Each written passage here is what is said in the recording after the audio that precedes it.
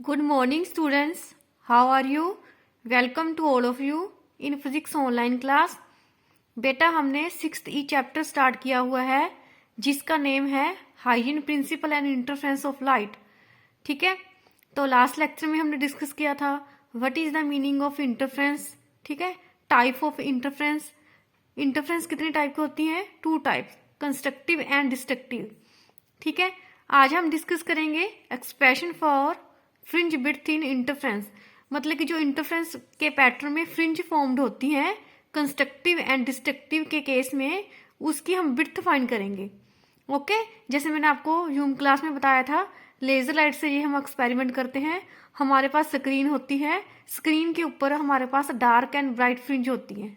ठीक है, जो dark and bright fringe formed होती हैं उसकी हम क्या फाइंड करेंगे? विड्थ. सो हम टॉपिक को स्टार्ट करते हैं. Let us suppose A and B हमारे पास 2 स्लिट है. जो ए एंड बी हमारे पास 2 स्लिट है उसका जो सेंटर है मैंने ओ जूम कर लिया. ए एंड बी स्लिट के बीच का डिस्टेंस है स्मॉल डी. ठीक है, ये हमारे पास स्क्रीन है.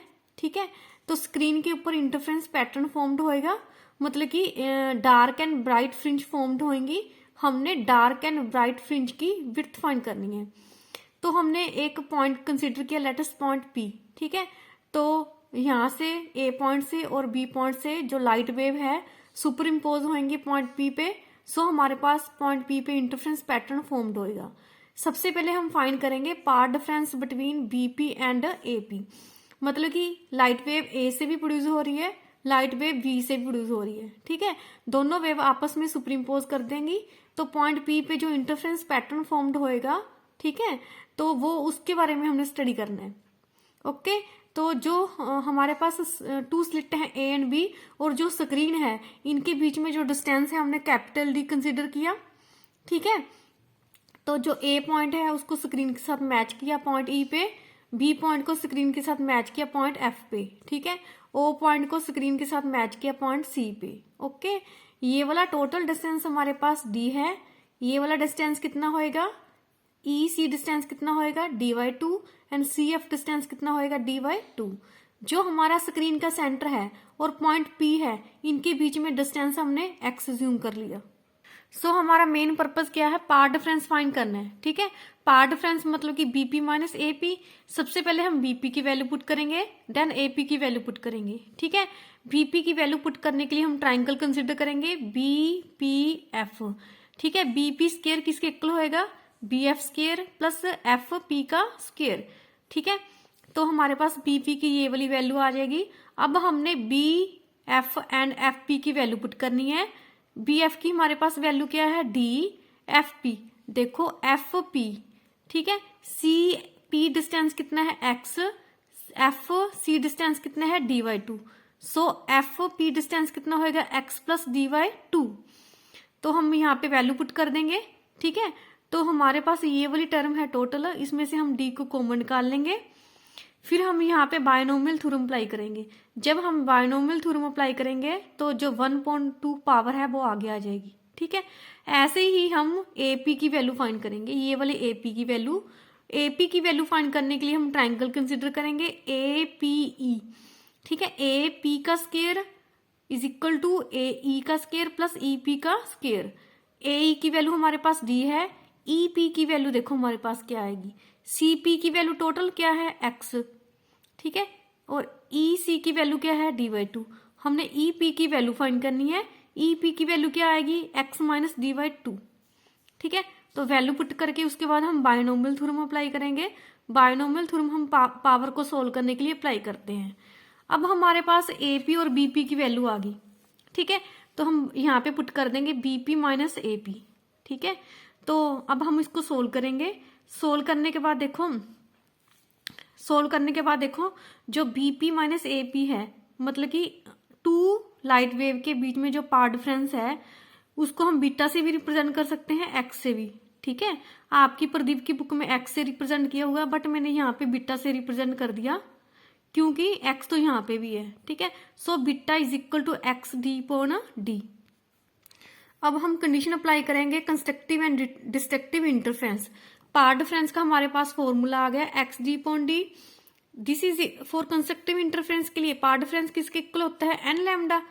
तो जब मैंने आपको टाइप ऑफ इंटरफेरेंस बताया था तो पाथ डिफरेंस और फेज डिफरेंस की इक्वेशन बताई थी for constructive and destructive interference के लिए, ठीक है। पाथ डिफरेंस कंस्ट्रक्टिव के लिए किसके इक्वल होता है, एन लैम्डा। सो एक्स की वैल्यू क्या आ गई, N D lambda upon D. तो यहाँ पे हम क्या फाइंड करेंगे, maximum are place at a distance, मतलब कि जो राइट फ्रिंज फॉर्म्ड हो रही हैं वो सेंटर से कितने डिस्टेंस पे प्रोड्यूस हो रही हैं, 0 पे। मतलब कि जो ब्राइट फ्रिंज है फर्स्ट कहाँ पे फॉर्म्ड होएगी, सेंटर पे। Second distance D lambda upon D, ठीक है। नेक्स्ट कहाँ पे प्रोड्यूस होंगी, 2 D lambda upon D. Hence difference between two maximum, मतलब कि टू जो हमारे पास ब्राइट फ्रिंज है उनके बीच का जो डिस्टेंस होएगा, ठीक है। तो हम डिस्टेंस फाइंड करने के लिए तो इसको इसके साथ माइनस कर देंगे। डिस्टेंस कितना आ गया हमारे पास, डी लैम्डा अपॉन डी, ठीक है, ओके। ऐसे ही डार्क फ्रिंज के लिए, डार्क फ्रिंज के लिए हमारे पास पाथ डिफरेंस किसके इक्वल होता है, 2n + 1 lambda upon 2। Path difference हमारे पास जो स्टैंडर्ड इक्वेशन आ गई, x D upon D put कर देंगे तो एक्स की वैल्यू हमारे पास ये वाली आ गई, ठीक है। जैसे हमने ब्राइट फ्रिंज के लिए मतलब कि डिस्टेंस फॉर्म्ड किया, फर्स्ट ब्राइट फ्रिंज कहाँ पे फॉर्म्ड होती है, सेकंड कहाँ पे फॉर्म्ड होती है, थर्ड कहाँ पे फॉर्म्ड होती है, ऐसे हम डार्क फ्रिंज के लिए फाइंड करेंगे। मतलब कि एक्स क्या है, डिस्टेंस है सेंटर से, ठीक है। तो डार्क फ्रिंज कहाँ पे फॉर्म्ड होती है, फर्स्ट इतने डिस्टेंस पे, सेकंड इतने डिस्टेंस पे, ठीक है। तो इनके बीच में जो डिस्टेंस है फाइंड करने के लिए, मतलब कि 2 डार्क फ्रिंज के बीच का डिस्टेंस फाइंड करने के लिए हम इसको इसके साथ माइनस कर देंगे तो लैम्डा डी अपॉन डी हमारे पास डिस्टेंस आ गया। अब आप देखो दोनों को कंपेयर करो, 2 ब्राइट फ्रिंज के बीच का डिस्टेंस भी इतना है, 2 डार्क फ्रिंज के बीच का डिस्टेंस भी इतना है। इसका मतलब क्या हुआ, जो हमारे पास स्क्रीन में इंटरफेरेंस पैटर्न फॉर्म्ड होएगा वो इस टाइप का होएगा, ठीक है। मतलब कि जो डार्क और ब्राइट फ्रिंज है दोनों की विड्थ क्या होएगी, इक्वल। ये वाला पॉइंट मैक्सिमम को रिप्रेजेंट कर रहा है, अपवर्ड देखो ये सारे पॉइंट मैक्सिमम मतलब कि ब्राइट फ्रिंज को रिप्रेजेंट कर रहे हैं। जो डाउनवर्ड पॉइंट है ये वाले सारे, ये डार्क फ्रिंज को फॉर्म कर रहे हैं। तो डार्क फ्रिंज को हमने डाउनवर्ड क्यों शो किया, क्योंकि यहाँ पे इंटेंसिटी मिनिमम होती है, ब्राइट फ्रिंज के लिए इंटेंसिटी मैक्सिमम होती है, ओके। स्टूडेंट्स जो इस चैप्टर के ऊपर न्यूमेरिकल बनते हैं ये वाले फॉर्मूले के ऊपर बेस्ड हैं सारे। r is equal to square root a square plus b square plus 2ab cos phi, ठीक है। तो मैक्सिमम r के लिए हम cos फाई की वैल्यू क्या पुट करेंगे, 1। तो r मैक्सिमम की वैल्यू आ गई हमारे पास a प्लस b, ठीक है। r मिनिमम के लिए हम cos फाई की वैल्यू पुट करेंगे -1। सो हमारे पास r मिनिमम की वैल्यू आ गई a माइनस b, ठीक है। इंटेंसिटी किसके डायरेक्टली प्रोपोर्शनल होती है, आर स्केयर के। सो आई मैक्सिमम की वैल्यू आ गई ए प्लस बी का स्केयर, आई मिनिमम की वैल्यू आ गई ए माइनस बी का स्केयर। तो एग्जाम में इस टाइप के न्यूमेरिकल आ जाते हैं, ठीक है। I maximum upon I minimum, मतलब कि मैक्सिमम और मिनिमम की रेशियो किसके इक्वल है, ए प्लस बी का स्केयर अपॉन ए माइनस बी का स्केयर। तो आपने इस फॉर्मूले को ध्यान में रखना है। W1 क्या है, width of first slit, W2 क्या है, width of second slit. This is equal to I1 upon I2 is equal to A square upon B square, ठीक है। तो एग्जाम में जो आपके पास न्यूमेरिकल आएगा तो हमने फाइंड करना होगा, find the ratio of the width of the slit, या find the ratio of the amplitude of the two wave, या find the ratio of the intensity of the two waves, ठीक है। तो आर स्केयर की value क्या है, A square plus B square plus 2ab cos phi, ठीक है। A square की वैल्यू क्या है I1, बी स्केयर की वैल्यू क्या है I2। जब हम ये वाली वैल्यू यहाँ पे पुट कर देंगे, आर स्केयर की वैल्यू क्या है I, ठीक है। तो आई आर का फॉर्मूला आ गया हमारे पास I1 plus I2 plus 2 square root I1 square root I2 cos phi, ठीक है।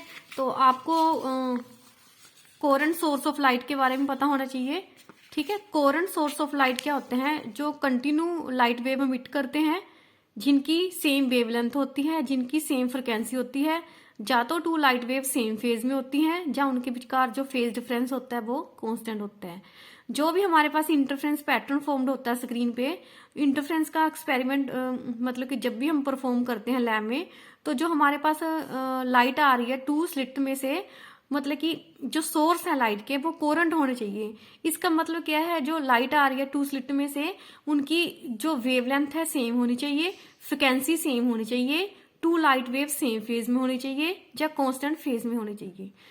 मतलब कि उनके बीच में जो फेज डिफरेंस है या तो कांस्टेंट होना चाहिए या नहीं होना चाहिए। ठीक है, तो ये हमारे पास कंडीशन है। Condition for obtaining the two coherent source of light. Coherent source of light should be obtain from a single source by some device. मतलब कि जो कोरेंट सोर्स ऑफ लाइट है वो हम कैसे फॉर्म कर सकते हैं। ठीक है, two source should give monochromatic light. Monochromatic light का मतलब क्या होता है, जो लाइट वेव है उसकी जो वेवलेंथ है सिंगल होती है। जैसे लेजर लाइट क्या है, मोनोक्रोमेटिक लाइट। जो हमारी ऑर्डिनरी लाइट है वो व्हाइट लाइट है, उसके 7 कंपोनेंट होते हैं। तो ये एक्सपेरिमेंट हम दोनों मेथड से परफॉर्म कर सकते हैं, व्हाइट लाइट से भी परफॉर्म कर सकते हैं और लेजर लाइट से परफॉर्म करते हैं। बट जो स्क्रीन पे हमारे पास फ्रिंज का पैटर्न फॉर्म्ड होएगा वो डिफरेंट डिफरेंट होएगा। व्हाइट लाइट के केस में जो हमारे पास सेंट्रल फ्रिंज होएगी वो मतलब कि व्हाइट होएगी, उसके जो अराउंड फ्रिंजेस फॉर्म्ड होएंगी वो कलर्ड होएंगी। बट अगर हम ये एक्सपेरिमेंट मोनोक्रोमेटिक लाइट मतलब कि लेजर से परफॉर्म करेंगे तो जो हमारे पास फॉर्म्ड होएगा फ्रिंज पैटर्न वो डार्क एंड ब्राइट की केस में फॉर्म्ड होएगा। Path difference between light wave from two source should be small. ठीक है, जो लाइट वेव है उनके बीच में जो पार्ट डिफरेंस है वो स्मॉल होना चाहिए। नेक्स्ट है condition for sustain interference of light. मतलब कि सस्टेन मतलब क्या है, जो इंटरफेरेंस पैटर्न है लगातार फॉर्म्ड होए स्क्रीन पे, उसके लिए क्या कंडीशन है। फर्स्ट कंडीशन है two source of light must be coherent. जो लाइट ऑफ सोर्स है वो कोरेंट होने चाहिए। Coherent source must be very close to each other. दोनों कोरेंट सोर्स बहुत क्लोज होने चाहिए आपस में। Two source should be point source. दोनों सोर्स पॉइंट सोर्स होने चाहिए। Two source should preferably be monochromatic. मतलब कि मैंने आपको बताया ये एक्सपेरिमेंट हम दोनों मेथड से परफॉर्म कर सकते हैं, ऑर्डिनरी लाइट से भी मतलब कि मोनोक्रोमेटिक लेजर लाइट से भी। अगर हम ये एक्सपेरिमेंट मतलब कि मोनोक्रोमेटिक लेजर लाइट से परफॉर्म करेंगे तो अच्छा हमारे पास फ्रिंज पैटर्न फॉर्म्ड होगा स्क्रीन पे। ओके स्टूडेंट्स, ये हमारा चैप्टर था 6 इसमें हमने क्या सीखा है, जो लाइट है वेव की तरह ट्रेवल करती है, मतलब कि लाइट की वेव नेचर होती है। ठीक है, तो आपने अच्छे अच्छे नोट्स बनाने हैं। वैसे मैंने कुछ बच्चों को नोट्स सेंड कर दिए हैं। ठीक है, तो आपने उनसे नोटबुक लेके मतलब कि अपनी नोटबुक फेयर नोटबुक प्रिपेयर करनी है। जिस बच्चे को नोट्स चाहिए वो मुझे कॉल कर सकता है, मैं उनको सेंड कर दूंगी personally. Okay, thank you, have a nice day.